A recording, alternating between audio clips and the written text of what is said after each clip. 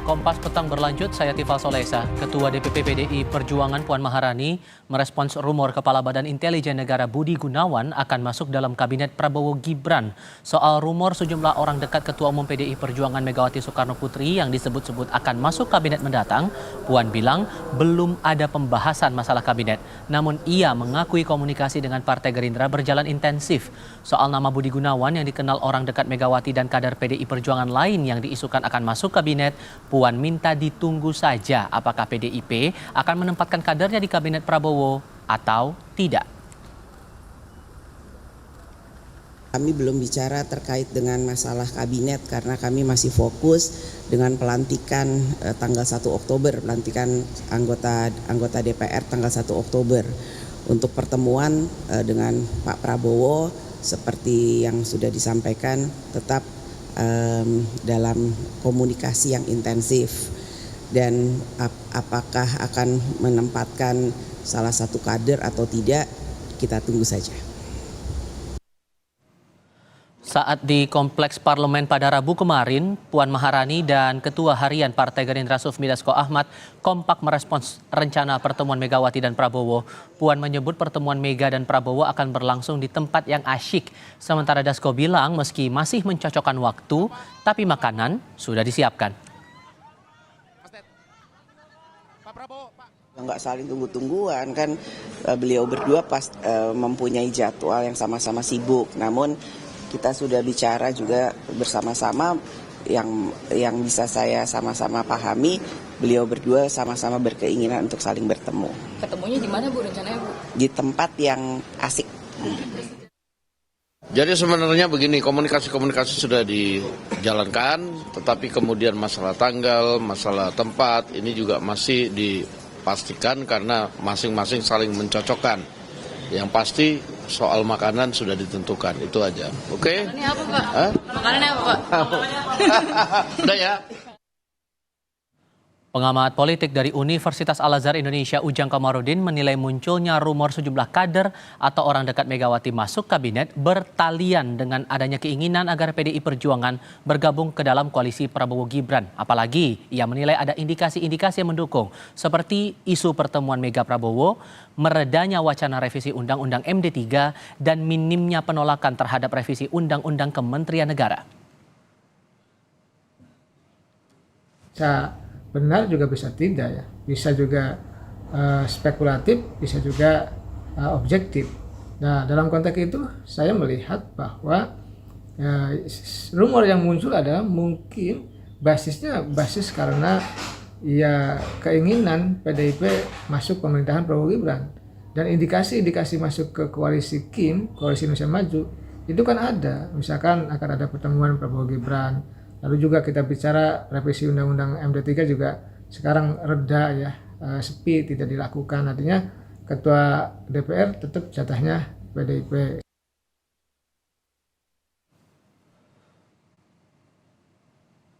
Saat Presiden terpilih Prabowo Subianto dan Ketua Umum PDI Perjuangan Megawati Soekarno Putri belum kunjung bertemu, kini muncul rumor sejumlah kader PDI Perjuangan dan orang dekat Megawati, diantaranya Kepala BIN Budi Gunawan, akan masuk kabinet Prabowo Gibran. Mengapa muncul rumor kader atau orang dekat Mega akan masuk kabinet baru?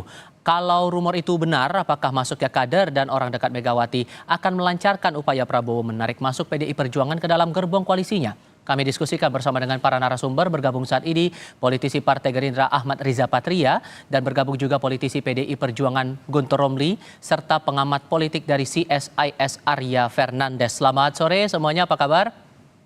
Selamat sore. Ya, terima kasih sudah hadir dalam diskusi kami kali ini. Pak Riza, saya mau konfirmasi dulu kabar, karena yang kami dengar di kalangan pewarta, nama Pak Budi Gunawan, Kepala BIN ini masuk di kabinetnya Pak Prabowo nanti. Itu kabar itu benar atau tidak, Pak? Ya, saya kira sudah disampaikan tadi oleh Mbak Puan. Kita belum sejauh itu ya, kami masih menunggu kepastian apakah PDIP bergabung atau tidak dalam koalisi. Jadi mari kita tunggu saja nanti hasil pertemuan Bapak Prabowo Subianto dengan Ibu Megawati Soekarno Putri. Hasil pertemuan itu nanti akan menjelaskan semuanya. Kami tidak dapat mendahului jangankan siapa di mana, bagaimana PDIP, kami serahkan keputusannya pada PDIP tentunya. Ibu Megawati nanti akan bertemu pada waktunya dengan Pak Prabowo. Di situ nanti mudah-mudahan kedua tokoh ini yang selama ini memang sudah baik, mulai dari Bung Karno, Pak Sumitro dulu, orang tua Pak Prabowo, hubungan yang baik. Kemudian juga Ibu Mega dengan Pak Prabowo juga hubungan sangat baik, bahkan pernah berpasangan pada Pilpres 2009 sebagai Mega Pro, Megawati Prabowo, dan juga hubungan PDIP dengan Gerindra juga terus baik sejak awal hingga hari ini, dan setiap hari Ketua Harian DPP Pak Dasko juga dengan Mbak Puan juga selalu ketemu, berdiskusi, berdialog, tidak hanya membahas masalah DPR, tapi juga masalah bangsa negara dan juga masalah kedua partai antara PDIP dan Gerindra, masalah lainnya. Oke. Jadi kami menunggu keputusan nanti dari Pak Prabowo dan Ibu Megawati. Oke.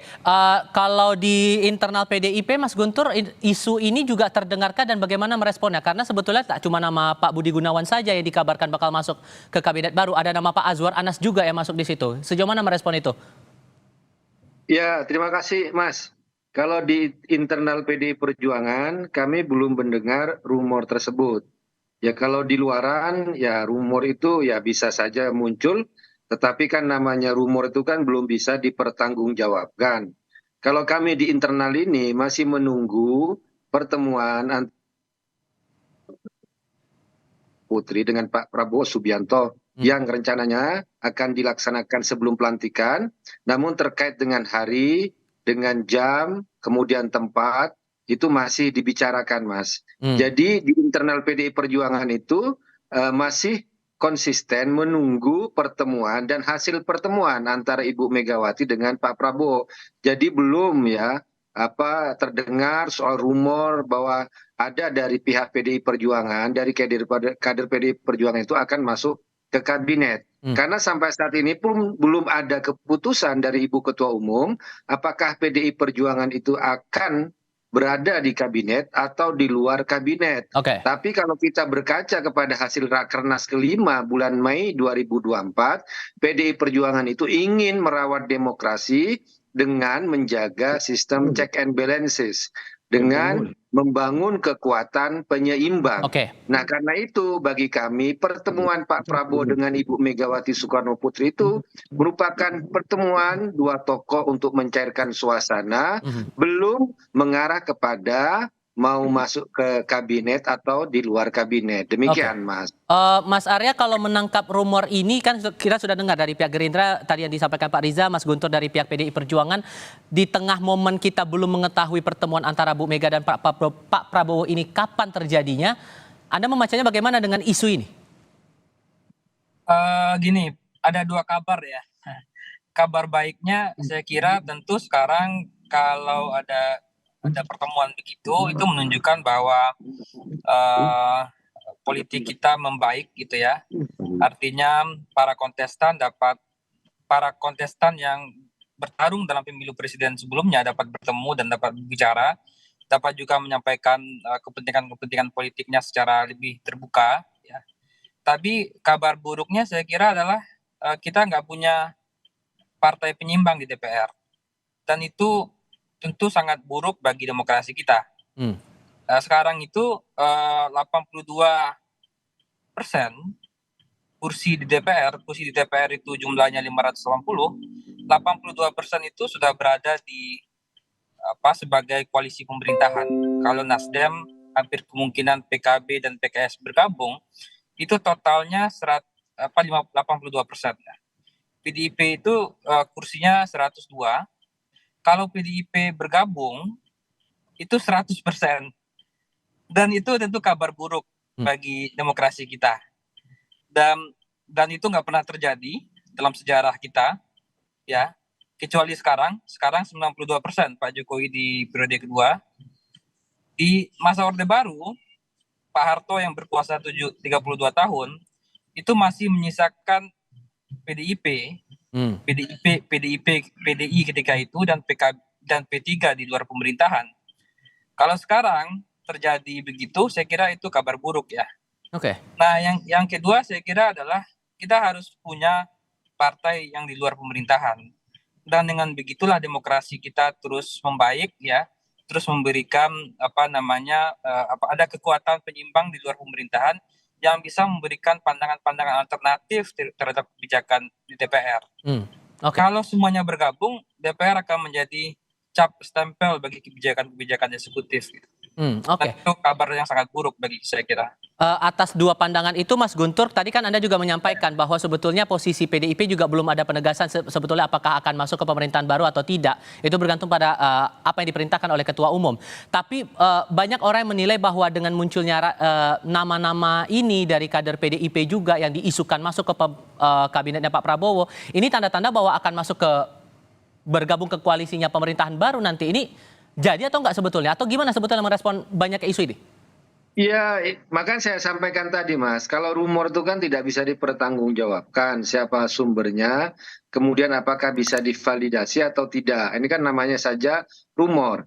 Tetapi yang ingin kami tegaskan bahwa keputusan PDI Perjuangan mau berada di dalam atau di luar pemerintahan itu kan hak prerogatifnya Ketua Umum Ibu Megawati, itu yang ada dalam ADART kami.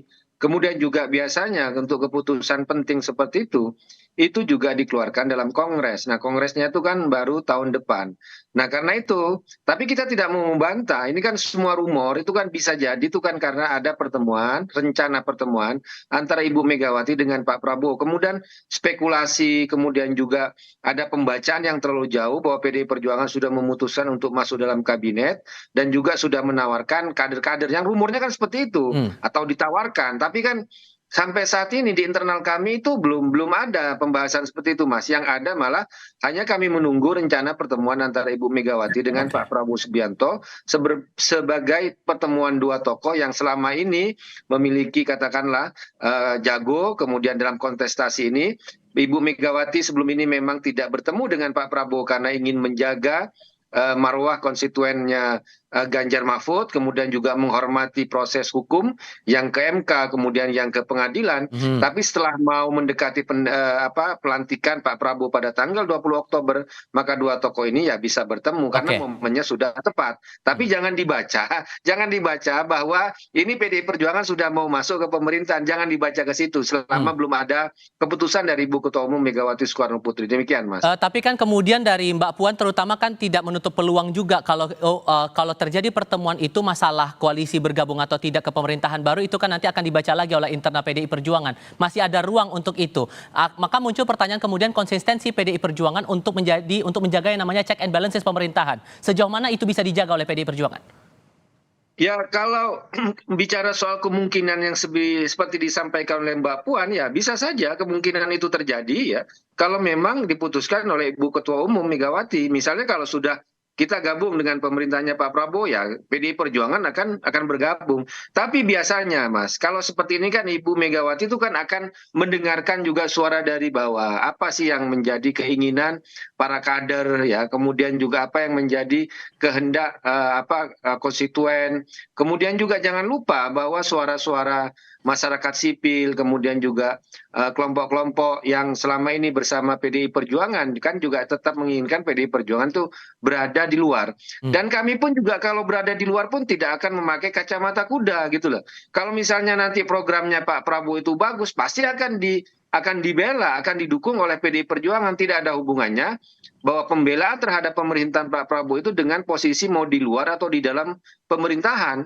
Kami di luar pemerintahan pun ya kalau selama itu baik dan itu tetap akan didukung. Dan juga selama ini juga komunikasi antara PDI Perjuangan dengan Gerindra sangat bagus. Misalnya dalam beberapa isu untuk menolak revisi undang-undang pilkada, kemudian menunda pengesahan undang-undang TNI dan Polri, dan juga jangan mengotak-atik undang-undang MD3.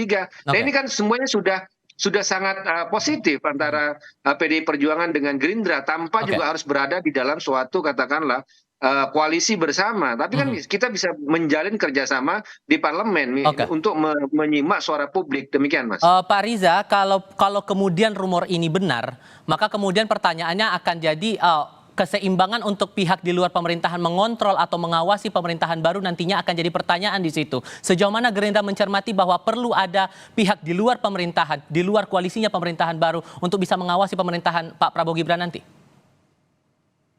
Yes, pertama selalu disampaikan oleh Pak Prabowo, penting dalam membangun bangsa ke depan adalah suasana yang aman, yang kondusif, menjaga persatuan dan kesatuan, dan juga beliau sering menyampaikan perlu gotong royong. Semua partai, semua komunitas, semua tokoh, semua para pakar, para ahli, bahkan seluruh rakyat Indonesia harus bersama-sama membangun bangsa. Tidak bisa pembangunan bangsa yang besar ini diselesaikan oleh satu dua partai atau satu dua tokoh. Jadi beliau adalah pemimpin yang sangat akomodatif, mengakomodir semua kepentingan, semua ahli, semua pakar, dan semua yang dapat memberikan kontribusi terbaiknya bagi bangsa dan negara.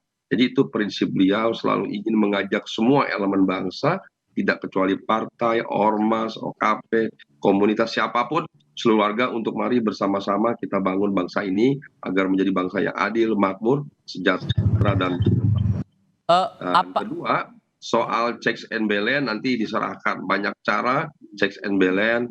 Pertama mungkin akan ada partai yang mungkin di luar pemerintahan, kita akan hormati, kita hargai siapapun itu.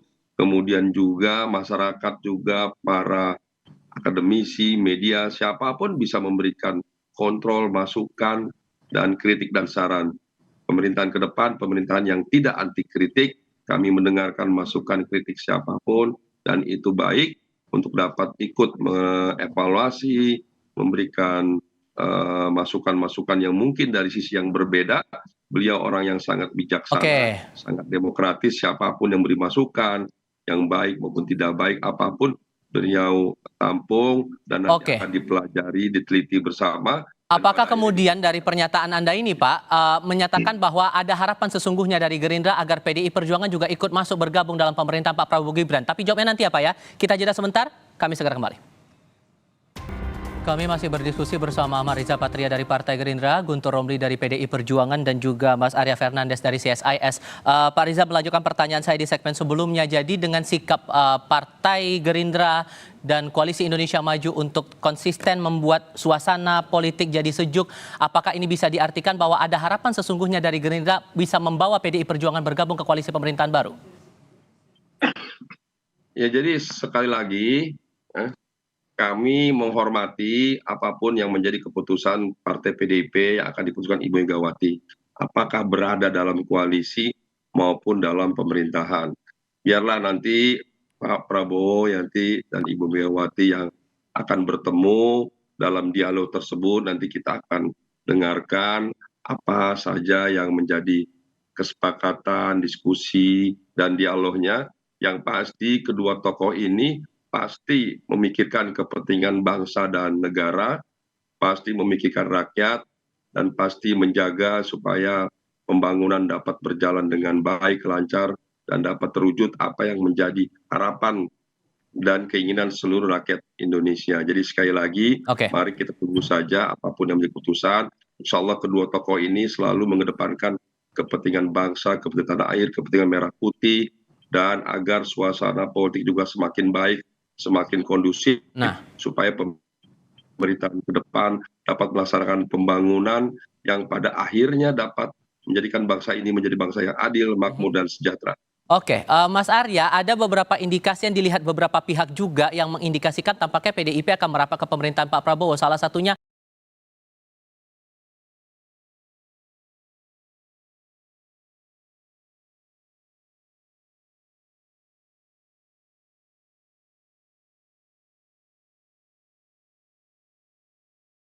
masalah revisi Undang-Undang MD3 yang tidak terdengar lagi suaranya bahkan saat apa yang dirumorkan. Gitu. Itu yang pertama. Yang kedua saya ingin sampaikan, apalagi yang dikejar oleh partai koalisi Pak Prabowo di parlemen sudah 82%. Ya, jadi dari 580 hanya kurang 122 kursi. Apalagi yang dikejar. Soal kondusivitas, saya kira sekarang politik kita kondusif, tidak ada instabilitas, tidak ada pemberontakan, tidak ada kekacauan, ya, politik kita stabil. Yang kedua, dari sisi PDI Perjuangan juga apa juga yang dikejar, ya. PDI Perjuangan sudah 3 kali di kekuasaan, 1 kali di masanya Pak Jokowi, dan 2 kali di masanya Pak Jokowi dan 1 kali di masanya Bu Mega. Jadi sudah komplit pemenang partai legislatif. Mungkin akan ada stabilitas karena 100% kekuasaan di tangan eksekutif. Tapi kita bisa bayangkan bagaimana kekuasaan yang super majority itu akan berdampak pada hal-hal lainnya. Misalnya saya kasih contoh, jelas akan ada penyeimbang, jelas tidak ada kontrol dari parlemen, jelas kebijakan-kebijakan politik akan mudah ditetapkan tanpa ada suara alternatif. Bukan tidak mungkin pilpres kita nanti akan dilakukan via MPR, bukan tidak mungkin pilkada kita akan kembali ke DPRD, bukan tidak mungkin GBHN akan kembali muncul. Jadi kita bisa bayangkan bagaimana risiko-risiko yang muncul kalau pemerintahan sangat kuat, eksekutifnya sangat kuat. Stabilitas mungkin terjadi, kondusivitas mungkin terjadi. Tapi pertanyaan lainnya adalah, kalau dengan 82% harusnya itu udah super majority. Kalaupun ada voting di DPR, udah pasti menang, ya kan? Udah pasti menang voting di DPR. Berarti tanda tanyanya adalah kenapa koalisi pemerintahan baru ini ingin menambah kekuatan. Satu, bisa jadi mungkin ada anggota koalisi yang diperkirakan tidak loyal, sehingga butuh menambah kekuatan baru. Atau bisa jadi ada agenda-agenda lain yang ditujukan untuk misalnya memperkuat dukungan kebijakan-kebijakan politik yang kita belum tahu sampai hari ini. Tapi saya kira ini adalah pilihan sejarah bagi PDI Perjuangan. Apakah ia juga partai-partai lain, tapi karena PDI Perjuangan belum menentukan sikap, ini adalah segera adalah pilihan sejarah bagi PDI Perjuangan. Apakah PDI Perjuangan akan ikut pemerintah atau ikut sebagai kekuatan kontrol bersama masyarakat. Atas komentar atau pandangan dari Mas Arya ini, Mas Guntur gimana meresponnya? Karena kan posisinya sekarang koalisi paling besar adalah dari pemerintahan yang ada saat ini. Kenapa kemudian PDIP masih mempertimbangkan untuk masuk ke pemerintahan yang baru ini? Ya, karena kami melihat benar-benar itu suara-suara dari publik, dari kelompok-kelompok sipil, dari kelompok-kelompok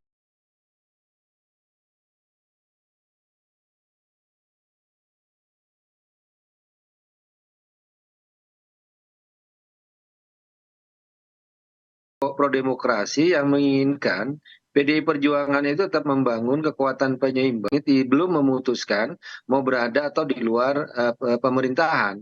Namun kami ingin mengatakan bahwa dalam setiap pertemuan politik itu kan segala kemungkinan bisa terjadi. Bisa saja nanti ada arahan, ada perintah dari Ibu Ketua Umum kami bahwa kami akan masuk dalam pemerintahan. Ya bisa jadi, maka kami akan berjodoh dengan pemerintahan Pak Prabowo. Tapi kalaupun tidak jadi masuk dalam pemerintahan, ya kami juga tidak akan membangun sebagai politik permusuhan.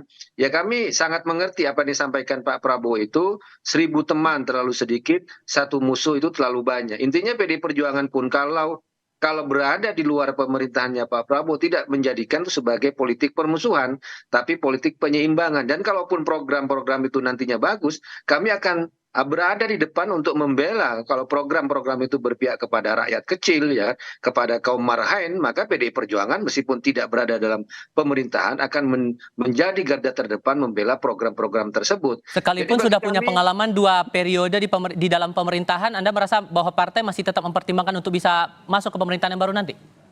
Intinya kami sampai saat ini masih menunggu arahan dari Ibu Ketua Umum kami, Bu Megawati, bahwa ya kader pun siap, mau di luar oke, ya kan, nggak mau di dalam juga oke. Namun yang kami kan sekarang kan berkaca kepada suara-suara publik, suara-suara kelompok sipil, suara-suara pro demokrasi dan juga hasil Rakernas kelima bulan Mei 2024, bahwa disitulah PDI Perjuangan tetap ingin merawat demokrasi, membangun mekanisme check and balances, kemudian membangun kekuatan penyeimbang, ya, dan juga berkomunikasi dengan pihak-pihak yang benar-benar ingin menjalankan amanat reformasi. Itu kan hasil Rakernas, forum yang juga tertinggi dalam sistem di ADRT kami, ya, setelah Kongres, Mas. Jadi itu yang benar-benar menjadi pegangan kami. Tapi nantinya kalau Ibu Ketua Umum ada perubahan sikap, ya kami ya sami'na wa ta'na, Oke. menunggu saja. Saya Tinggal kasih menunggu. kesempatan Begitu. terakhir Pak Riza, singkat saja, karena posisi koalisi Kim ini 82% di parlemen. Kenapa kemudian Gerindra merasa tampaknya masih butuh nih PDI Perjuangan untuk dirayu bergabung ke pemerintahan baru? Apakah ada parpol yang tidak setia di koalisi? Nggak ada hubungan, semua partai dalam Kim maupun Kim Plus itu sangat solid, sangat baik. Semua ingin memberikan kontribusi, pengabdian, pengorbanan terbaik bagi kepentingan bangsa dan negara dengan bergabung dengan Pak Prabowo dan Mas Gibran. Jadi sekali lagi semua partai-partai yang berkoalisi itu baik dan solid, semua akan memberikan kontribusi terbaiknya. Oke. Dan yang kedua terkait PDIP, kita sesama partai politik saling menghormati, saling menghargai, tidak ingin mencampuri apalagi mengintervensi. Apapun yang menjadi keputusan PDIP kita hormati, kita hargai, dan semuanya baik.